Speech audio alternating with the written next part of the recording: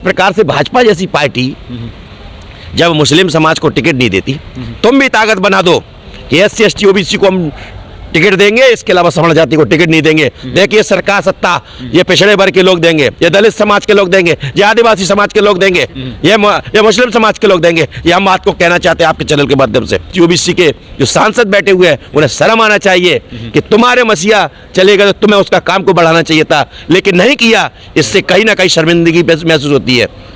मैं इस बात को कहना चाहता हूँ, अगर सांसद नपुंसक है, इजड़े हैं, तो पिछड़े वर्ग के लोग इस काम को करें, क्योंकि जब तक हम अपने अधिकारों की बात नहीं करेंगे और हिस्सेदारी की बात नहीं करेंगे, तुम्हारी महिलाएं वही कंधे थापती रहेंगी, वही तुम्हारे घर घर चूल्हा चकिया करते रहेंगे, लेकिन तुम्हारे लोग ना संसद में बैठेंगे, ना विधानसभा में बैठेंगे, चाहे राज्यसभा में बैठेंगे, कहीं नहीं बैठने वाले, ना हिस्सेदारी में रहेंगे।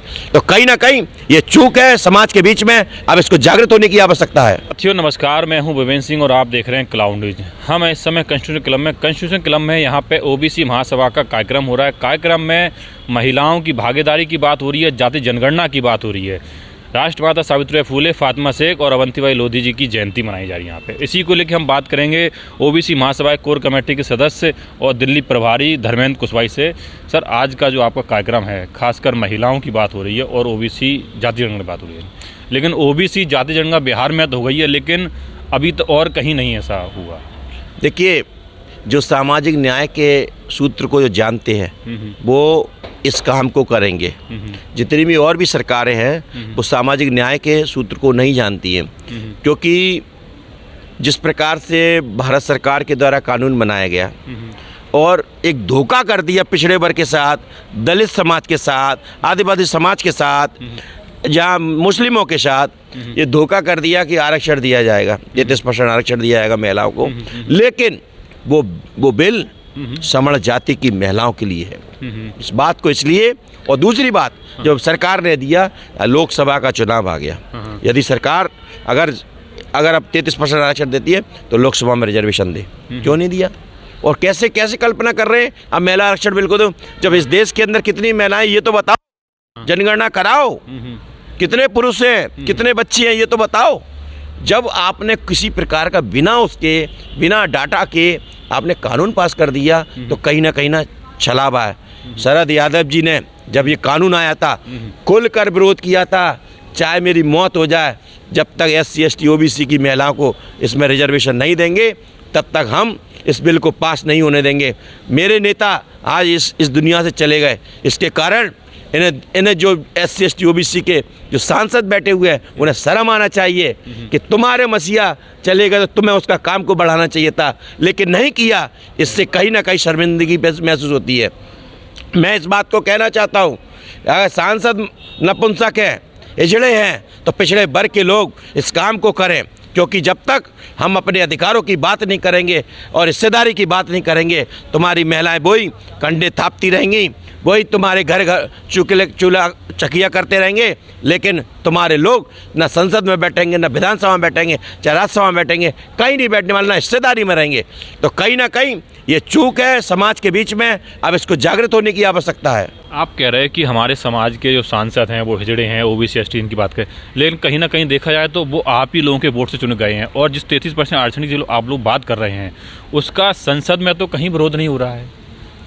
जो पार्लियामेंट हैं, जो सांसद हैं वो विरोध नहीं कर रहे, अब सामाजिक संगठनों से विरोध कर रहे हैं, सामाजिक संगठन लोग इसके विरोध में हैं। देखिए, मैं एक बात कहना चाहता हूँ, जो विपक्ष की पार्टियां थी, कांग्रेस पार्टी ने भी, राहुल जी ने भी इस बात को बोला, लेकिन मैं उस बात से, राहुल जी की बात से मैं पूरी तरह से सहमत नहीं हूँ कि आप बोलते रहे लेकिन कानून पास हो रहा है, तो कहीं ना कहीं ये भी नौटंकी नहीं चलेगी। विपक्ष के जितने भी नेता हैं, मैं सबके कहना चाहता हूँ, सपा बसपा, कांग्रेस हो, डीएमके हो, जो भी सांसद रहे, अगर तुम इधर हमसे कहते हैं हम तुम्हारा हक नहीं मिला, और उधर तुम्हारे सामने तुम्हारी धज्जियाँ उड़ाई जा रही है, तुम्हारे कानून की, तुम्हारी हिस्सेदारी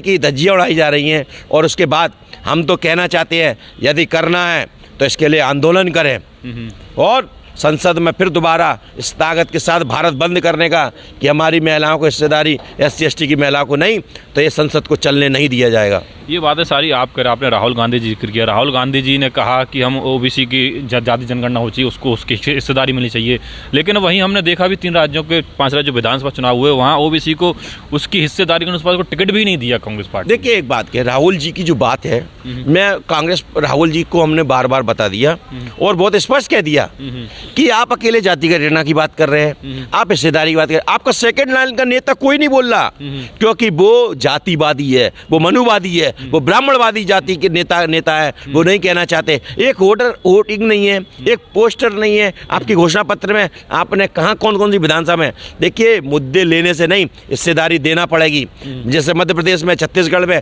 आपने हिस्सेदारी नहीं दी, उसका खामियाजा आपको भुगतना पड़ा। और जब तुम जिस प्रकार से भाजपा जैसी पार्टी जब मुस्लिम समाज को टिकट नहीं देती, तुम भी ताकत बना दो कि SC ST OBC को हम टिकट देंगे, इसके अलावा सवर्ण जाति को टिकट नहीं देंगे। देखिए सरकार सत्ता ये पिछड़े वर्ग के लोग देंगे, ये दलित समाज के लोग देंगे, ये आदिवासी समाज के लोग देंगे, ये मुस्लिम समाज के लोग देंगे। ये हम बात को कहना चाहते हैं आपके चैनल के माध्यम से। नहीं सर, आपने कहा टिकट देंगे, आप टिकट देने की बात करें, वो तो बात भी नहीं कर रहे हैं। वो तो अब राहुल गांधी जी ने पूरी भारत जोड़ो यात्रा की, पूरी भारत जोड़ो यात्रा में कहीं भी उन्होंने दलित पिछड़ों की आरक्षण की ना बात कही, ना उन्होंने SC रिजर्वेशन की बात कही, वो केवल भारत जोड़ने की बात करते रहे। कहीं उन्होंने दलित पिछड़ों के मुद्दों पर बात नहीं की पूरे भारत जोड़ो यात्रा। देखिए मैं आपको एक बार और क्लियर कह देता हूँ कि संविधानिक बाबा साहब के संविधान के अनुसार SC ST का रिजर्वेशन है, उनको हिस्सेदारी मिल रही है, लेकिन पिछड़े वर्ग की हिस्सेदारी नहीं है। तो कहीं ना कहीं इससे लगता है कि समाज के बीच में राहुल जी को क्लियर स्पष्ट करना पड़ेगा कि पिछड़े वर्ग की हिस्सेदारी हम देंगे। 52 हमारी, जब इस देश के अंदर आधे से ज़्यादा OBC है, हर दूसरा आदमी OBC है, तो हम देंगे। इस काम को करना पड़ेगा। और जहाँ तक ऐसी बात है, तो अभी तो चुनाव की बात है, पहले अपने संगठन में ही दे दे। सारे वही बने हुए हैं जिसका हमारा समाज विरोध करता है। हम कहना चाहते हैं अगर हिस्सेदारी देना है तो पहले पिछड़े वर्ग के लोगों को हिस्सेदारी संगठन में दीजिए, उसके बाद में टिकट दीजिए, उसके बाद हमारे संवैधानिक राइट है वो दीजिए। आप OBC महासभा की बात है, OBC महासभा ने मध्य प्रदेश में बहुत सारे आंदोलन चले, बहुत सारी भीड़ दिखाई, बहुत ज़्यादा भाजपा का विरोध किया, लेकिन उसके बावजूद भी देखा जाए कि OBC महासभा भाजपा को हराने में सफल नहीं हो पाई। क्या वजह रही? एक चीज़ एक समझ लीजिए, पहला कारण टिकट वितरण, दूसरा कारण EVM, क्योंकि उन्होंने इस आंदोलन को जितना प्रकार भारत में मध्य प्रदेश में पिछड़े वर्ग का आंदोलन हुआ वो समझ चुके थे, क्योंकि वो उसको लाडली बहना से लेके गए थे, लेकिन वो हराना चाहते थे, क्योंकि वो पता था कि सत्ता को हराएगा तो पिछड़ा वर्ग का लोग हराएंगे। तो वो EVM को सेट करके उन्होंने पिछड़े वर्ग के आंदोलन को हराया। लेकिन हम हताश नहीं हुए, हम लोकसभा में उनको फिर हराने का काम करेंगे। और जो लोग हैं, हमने पूरी तैयारी कर ली है OBC महासभा के लोगों ने, मध्य प्रदेश के अंदर हमारी हिस्सेदारी, और हमने तो कर दिया। ऐसी कम से 50 सीटें हैं जहां हमने सवर्णों को जीतने नहीं दिया। आपने कहा सवर्णों को। अब 2024 के लोकसभा चुनाव के लिए OBC महासभा किसके साथ जाएगी और OBC महासभा की क्या रणनीति, क्योंकि आपका जो मूल मुद्दा है OBC जाति जनगणना और OBC आरक्षण। देखिए जो हमारी जनगणना कराएगा, जो हमारी हिस्सेदारी दिलाएगा, उनके साथ OBC महासभा उनके साथ रहेगा, यही कहना है मेरा। तो ये थे धर्मेंद्र कुशवाहा जी। इन्होंने कहा कि जो हमारे OBC आरक्षण की बात करेगा, जो जाति जनगणना कराएगा, और जो कांग्रेस पार्टी की, इन्होंने कहा कि कांग्रेस पार्टी केवल राहुल गांधी जी कह देते हैं, लेकिन संगठन में भी उन्होंने हम लोगों को हिस्सेदारी नहीं दी है, और रिजर्वेशन की बात तो बहुत दूर है। आपकी क्या राय, आप हमें कमेंट बॉक्स में जरूर बताइए। धन्यवाद। लेटेस्ट अपडेट पाने के लिए हमारे चैनल क्लाउड न्यूज को अभी लाइक करें, सब्सक्राइब करें और बेल आइकन दबाना बिल्कुल ना भूलें।